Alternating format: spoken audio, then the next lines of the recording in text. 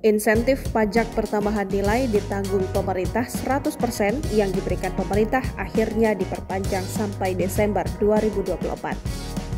Pemerintah memutuskan untuk memberikan insentif pajak pertambahan nilai atau PPN atas pembelian rumah sebesar 100% hingga Desember 2024. Dari semula hanya 50% untuk masa pajak Juli hingga Desember 2024.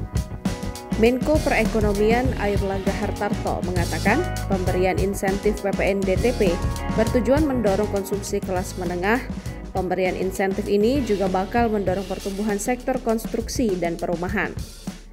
Insentif PPN DTP akan diberikan sebesar 100% ini sampai dengan bulan Desember 2024. Airlangga mengatakan pemberian insentif PPN 100% hingga Desember 2024 telah mendapatkan persetujuan Presiden Joko Widodo. Kebijakan ini diambil sebagai bagian dari kebijakan mendorong konsumsi masyarakat.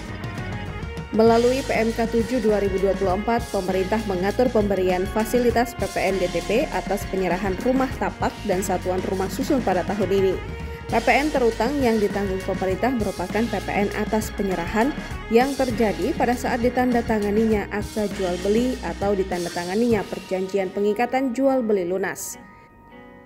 Sementara itu, pengembang properti Citraland Palembang menilai kebijakan insentif tersebut memberikan keuntungan bagi masyarakat yang akan membeli properti. Kebijakan itu cukup berdampak pada kemampuan beli para konsumen, sehingga bisa meningkatkan daya beli aset properti.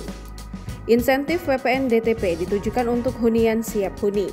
Jika stok habis, pengembang harus mulai membangun lagi. Jika aktivitas ini dilakukan, ada ratusan lini bisnis konstruksi dan properti yang bergerak. Artinya, aktivitas ini bisa ikut menggerakkan perekonomian Indonesia, ujar Spiridion Choice General Manager Citraland Palembang, dikutip dari tribunsumsel.com pada Kamis 12 September 2024. Dion menuturkan kebijakan PPN DTP juga memicu membaiknya penjualan hunian Citraland Palembang. Menurut hitungannya, potensi pendapatan yang bisa dikantongi Citraland Palembang dari aset yang ikut serta insentif PPN DTP cukup besar hingga akhir tahun 2024.